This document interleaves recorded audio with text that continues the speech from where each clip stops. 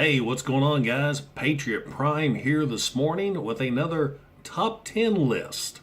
Now, if any of you have followed my channel for any amount of time or seen the majority of my videos, you'll know that I'm an old school G1 Marvel fan. Marvel Comics was my Generation 1 fiction back when I was a little kid because I lived way out in the country and satellite TV, it was cable TV back in the day, was not an option for me. I lived back when if you wanted to watch a certain channel, you had to turn a dial and wait for antenna to whip around, and only got ABC if it rained. So anyway, this top 10 list is kind of brought to you by the Facebook group Transformers and Such. I put a quick poll online. I thought I'd knock out just a fast video tonight because I kind of feel a cold coming on, so I don't know if we'll be able to do a large video later on this weekend. But the questions asked was, would you like to see a top 10 list of the best Marvel comic covers or the worst Marvel comic covers? And by a wide margin, the worst Transformer comic covers was the winner. So welcome to Patriot Prime Review's Top 10 Worst Marvel Comics Transformers Covers. Cause I'd rather spend eternity eating shards of broken glass than spend one more minute with you. I guess I might seem kinda bitter.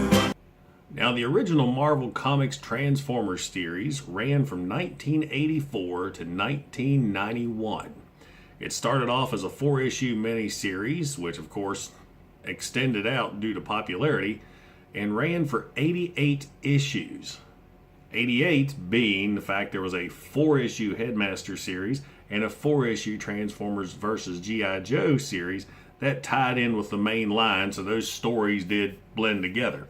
They also did a 3-part adaptation of the '86 movie. Now, in the beginning, Transformer comic covers were great. I mean, a lot of the best artwork came from those early issues. But I think after issue 50 is when it really went downhill. I figure Marvel thought, hey, we've already got our readers. There's no sense in putting any effort forth with these covers. They're going to buy them anyway. And they went downhill. So as I said in the intro, these are my top 10 worst Marvel comic covers. Starting with my number 10 is issue 35.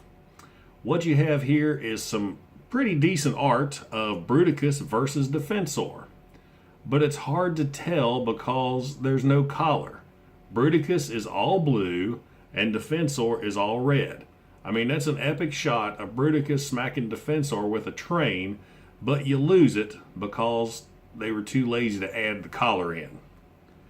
So that is my number 10, issue 35. Number 9 for me, excuse the clicking, I'm pulling these up online, was issue 56 with the introduction of the Airstrike Patrol. The whole cover is nothing but a blur of them transforming. You can tell they're attacking.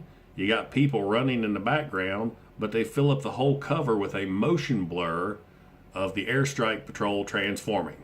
So there's my number 9. Number 8, issue 68. That's just bad. This is a issue that introduced some superheroes that were created to fight the Transformers. That is supposed to be Starscream getting punched in the face by Mr. Barefoot guy there with a huge toe gap. And this other woman looks like she's cheerleading on his shoulder. This issue also, in my opinion, has the worst artwork inside of the entire run. Number 7 for me is issue 65. You have Pretender Grimlock facing against the corrupted matrix of leadership infused alien. This cover, it's lame. It's very cartoony. If you weren't a Transformers fan and know that was Pretender Grimlock, you'd think this was a completely different series altogether. So that is my number 7. Number 6 is also a part of the Matrix Quest storyline, issue 64. Again, if you weren't a Transformers reader, you wouldn't know exactly what this is about, other than the fact that Optimus Prime's up there in the corner.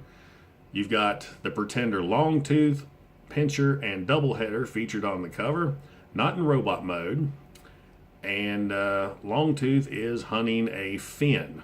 This pertains to the story, but it's not a good cover at all. Once again, they're very lazy with the collars, making Longtooth and the fin, excuse me, that's not a fin, tail, completely red. That is my number 6. Getting up to the top 5 now. Number 61. I feel like this is another lazy cover. The Primal Scream episode. Primal Scream issue that started off the entire Matrix Quest with having Primus wake up screaming and bringing Unicron into the series. But the cover it's another lazy cover. Let's just draw a giant face with squiggly lines and 3 Autobots flying through the air. When this issue had a great battle between Bludgeon and the Mayhem Attack Squad against the classic Pretender Autobots. They could have done a lot more with this one. Number 4 is number 49. This one's pretty cool with all the background characters, but Starscream, I don't understand the face they gave Starscream. That's terrible. I can't stand that. The whole cover looks good, is ruined by Starscream's face. Number 3, issue 50, the giant double-sized issue. Another Starscream with a terrible looking face, and he looks like he's made out of Legos. He gets this look kind of in the series, but not as bad as on the cover.